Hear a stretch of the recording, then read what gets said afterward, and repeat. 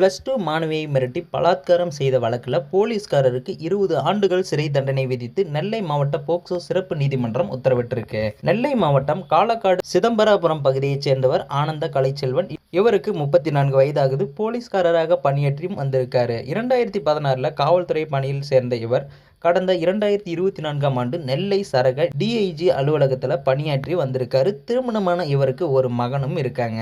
இந்த நிலையில கடந்த 2024ஆம் ஆண்டு +2 படித்த 17 வயது சிறுமியை மிரட்டி பாலியல் பலாத்காரம் செஞ்சிருக்காரு. மேலும் சிறுமியை புகைப்படம் எடுத்து அவரை மிரட்டி பல முறை வன்கொடுமை செஞ்சிருக்காரு. தொடர்ந்து ஏற்பட்ட தொல்லைகளை தாங்க முடியாத சிறுமி பெற்றோரிடம் நடந்தவற்றை கூறி கதறி அழுதுருக்காங்க.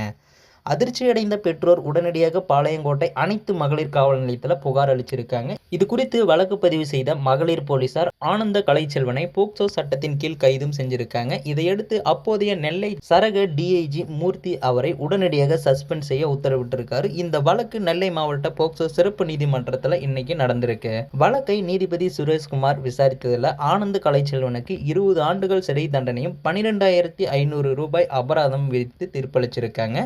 பாதிக்கப்பட்ட சிறுமிக்கு 10 லட்சம் இழப்பீடு வழங்கவும் நீதிபதி உத்தரவிட்டிருக்காரு. ஸோ இந்த தகவலை பற்றி நீங்கள் என்ன நினைக்கிறீங்கன்றத மறக்காமல் கமெண்ட்டில் சொல்லுங்கள். மேலும் இது போன்ற வீடியோவை உடனுக்குடன் நீங்களும் பார்க்க நினச்சா நமது சேனலை சப்ஸ்கிரைப் பண்ணுங்கள். அப்போ தான் நம்ம போடக்கூடிய வீடியோ உங்களுக்கு உடனுக்குடன் நோட்டிஃபிகேஷனாக வந்து சேரும்.